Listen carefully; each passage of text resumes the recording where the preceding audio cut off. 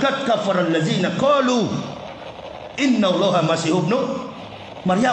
Kafirlah orang-orang berkata Isa anak Maryam adalah Tuhan selain Allah. Katakan ke mereka, hei kamu kalau tapi pergi ke gereja, nyanyi di gereja, harusnya selamatkan orang kafir. Kau bilang sama Kristen, hei kafir, kau masuk neraka kalau mati, masuk Islam.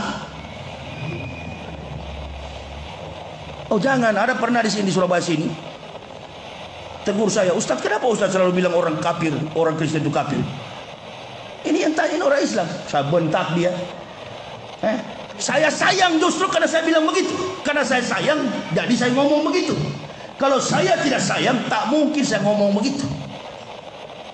Allah katakan kepada orang Kristen, laqad kafaral ladzina qalu innallaha masih ibnu Maryam. Kafirlah orang-orang berkata Isa anak Maryam adalah Tuhan selain Allah. Katakan ke mereka, hei kamu kalau tetap di Kristen, kamu masuk neraka. Masuk Islam supaya kamu masuk surga. Yang melarang tidak mau Kristen masuk Islam. Bikin begini saja, bikin voting saja. Orang yang melarang menyebut kafir, sudah berapa kafir yang dia Islamkan? Dibandingkan saya Yahya Waloni ini, bahkan bulan November kemarin di Medan 17 orang saya syahadatkan. Kami sedang membangun, ada orang Medan di sini.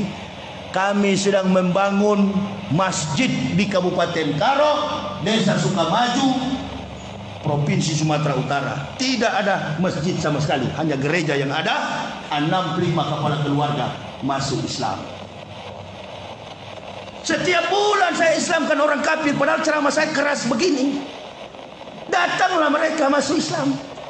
Sama dengan sekarang ini, di tengah kesibukan orang merayakan perayaan. Iya, ada yang bilang itu haram. Enggak, siapa bilang haram? Dulu saja Pak Maruf waktu jadi masih kiai, dia ngomong tahun 2016, ucapkan selamat Natal itu haram. Banyak jemaah yang WA ke saya, Ustaz betul ucapkan selamat Natal itu haram. Siapa yang bilang? Ini ada fatwa dari MUI. Fatwa dari MUI mana? Pak Maruf. Tentu masih itu, waktu itu masih kiai. Sekarang kan bukan lagi, sudah enggak.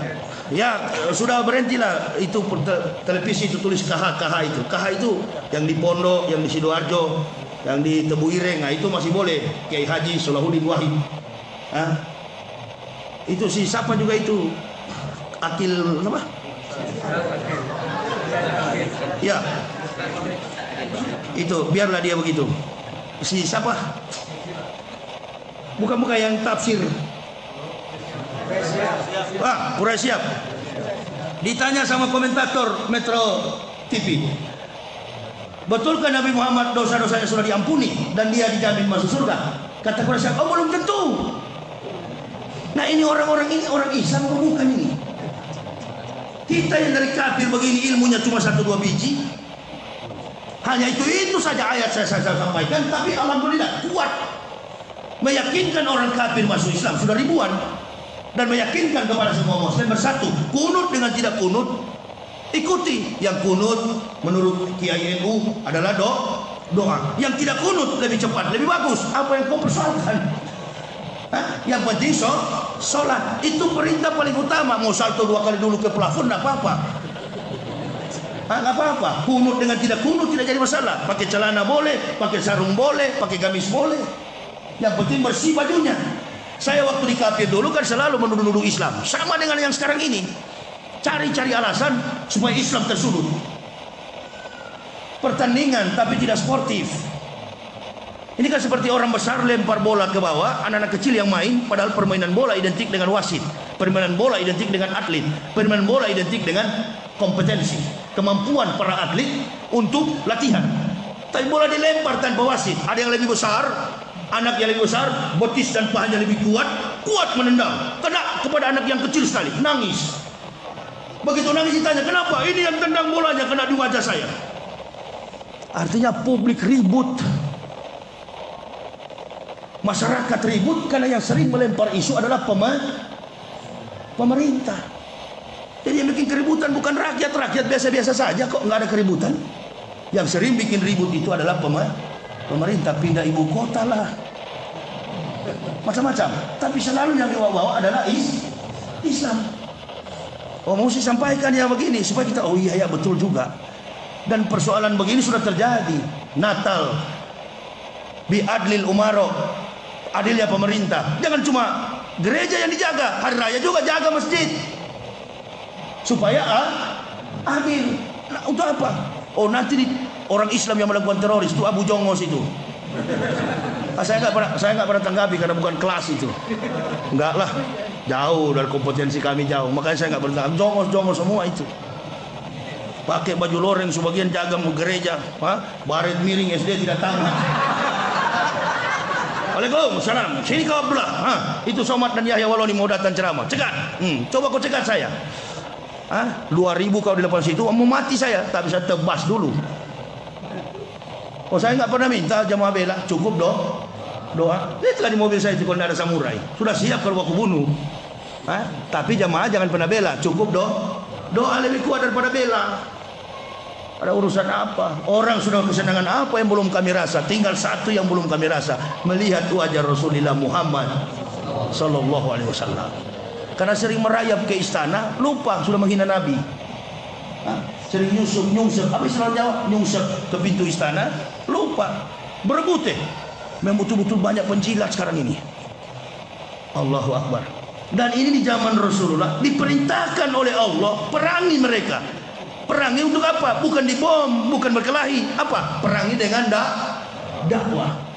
Kalau kita baca tentang Führer, Hitler, Nazi, ada satu jenderalnya Hitler itu yang paling jago dan diakui dalam pertempuran seperti Sudirman ini. Apa perang apa itu gerilya? Namanya Jenderal Rommel. Dia dijuluki sebagai The Desert Fox, rubah padang pasir. Satu waktu dituduh oleh Goebbels dia berkhianat, akan membangun kekuatan militer dengan Polandia, Prancis. Lalu terdengar oleh Hitler, dilapor oleh Goebbels, dipanggil Jenderal Rommel. Kau mau minum cyanide atau disidangkan secara militer? Dia pilih minum racun cyanida. Matilah Jenderal Rommel. Lalu keluar statement Hitler. Orang munafik, pengkhianat, seperti lalat di atas feses. Dia berputar-putar di atas feses, yang dia konsumsi adalah tai. Relevan sekali dengan hadis Nabi sallallahu alaihi wasallam. Yang aku khawatir dari umatku, umat Nabi SAW, orang Islam, adalah mereka yang berpikir hanya apa yang masuk dari mulutnya disimpan ke dalam perutnya. Maka harga, nilai, kehormatan manusia itu tidak lebih daripada apa yang keluar dari dalam perut. Feses. Cocok dengan Hitler. Perdana Menteri Israel Yitzhak Rabin, ketika akan mengembuskan napas terakhir, apa dia katakan? Lebih baik berhadapan dengan 1000 pembunuh daripada berhadapan dengan satu manusia munafik. Karena yang membunuh Yitzhak Rabin adalah pengawal pribadinya Josephus. Sampai radar apa itu helikopter, dia berputar-putar di atas Urushalima itu, di atas Masjid Al-Aqsa, untuk mencari tahu di mana persembunyian daripada Josephus. Dicari oleh apa intel yang paling kuat di sana, apa intelijen Israel itu, Mossad dengan sandi mereka Alef, Bet, Gimel, Dalet, Hewau, Sayin, Ket, Tet, Yod, Kaf, Lamet, Mem, Nun, Samek, Ayin, Pesade, Kofres, Susyuntau. Abjad Ibrani itu dipergunakan sebagai sandi Mossad. Saya belajar di kampung Israel, di Israel sana, makanya orang tidak akan tahu tentang karakter Muhammad kecuali dia tahu tentang Syair Tenak, Torah, Nebi'im, Ketubim yang disingkat menjadi kitab Talmud yang dipegang Yahudi sampai hari ini. Makanya Yahudi kalau mengucapkan kredo, pengakuan imannya mereka hampir sama dengan la ilaha illallah, Sema Yisrael, Yahweh Elohenu, Yahweh Ehad. Dengarlah Israel, Tuhanmu adalah Yahweh. Yahweh itu Ehad, ditujukan kepada Allah Subhanahu wa ta'ala. Tapi untuk mengakui kerasulan Muhammad, no, tidak. Yahudi tidak pernah mengakui Muhammad itu nabi. Tapi mereka sadar, mereka tahu bahwa Ahmad itu adalah nabi. Mereka tidak mau mengikuti perkataan pendeta Bukair yang mengatakan bahwa ini adalah cikal bakal orang yang akan menjadi nabi di kemudian hari. Tercatat dalam Taurat, dirubah oleh Kristen, Rohul Kudus, atau dalam bahasa Ibraninya Ruach HaKodesh. Nah kalau saya tanya, apa doa Bapa kami yang di Bukit Zaitun? Abinu sebas samayem yinkada semeka tabo malkuteka yaseres sodeka kaasar gaambat etleb lukenuten lalu hayom. Itu bahasa Ibrani. Abinu sebas samayem, Bapa kami yang di surga. Yang karang doa dalam bahasa Ibrani di Kristen gereja-gereja di Indonesia ini saya dulu di Papua. Hah? Baru doa kredo, dia meratap ke tembok, dia tanduk kepalanya di tembok. Doanya apa itu? Adonai Gismurka Mikolra. Saya kasih contoh di tembok ratapan, dia tanduk kepalanya begini.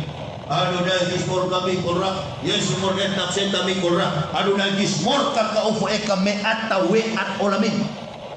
Itu bahasa Ibrani. Adonai Gismurka, Tuhan itu Adonai. Gismurka, jauhkan kami dari murka-Mu, jauhkan kami dari hukuman azabmu.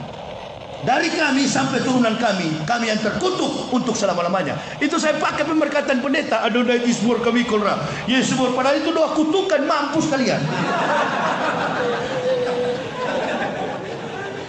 Kristen yang mengakui, katanya itu doa orang keberkahan bagi Yahudi. Yahudi itu orang Israel, itu orang yang diberkahi, orang yang diberkati, bangsa yang dipilih. Dipilih apa? Dikutuk, bukan dipilih. Dipilih betul untuk dikutuk. Itu bukan Israel, itu bukan gennya Ibrahim asli. Asimilasi antara Rum dengan orang-orang Arab Badui. Cuma begitulah perbedaannya. Kemanapun merantau, gennya Ibrahim ini kuat sekali.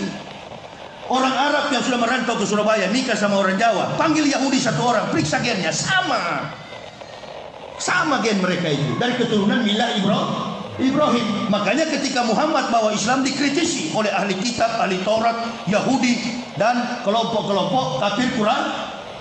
Agama apa yang kau bawa ini Muhammad? Turunlah ayat, Qul innani hadani Rabbi ila siratin mustaqim dinan qiyamah millata Ibrahim hanifah wa makana minal musyrikin.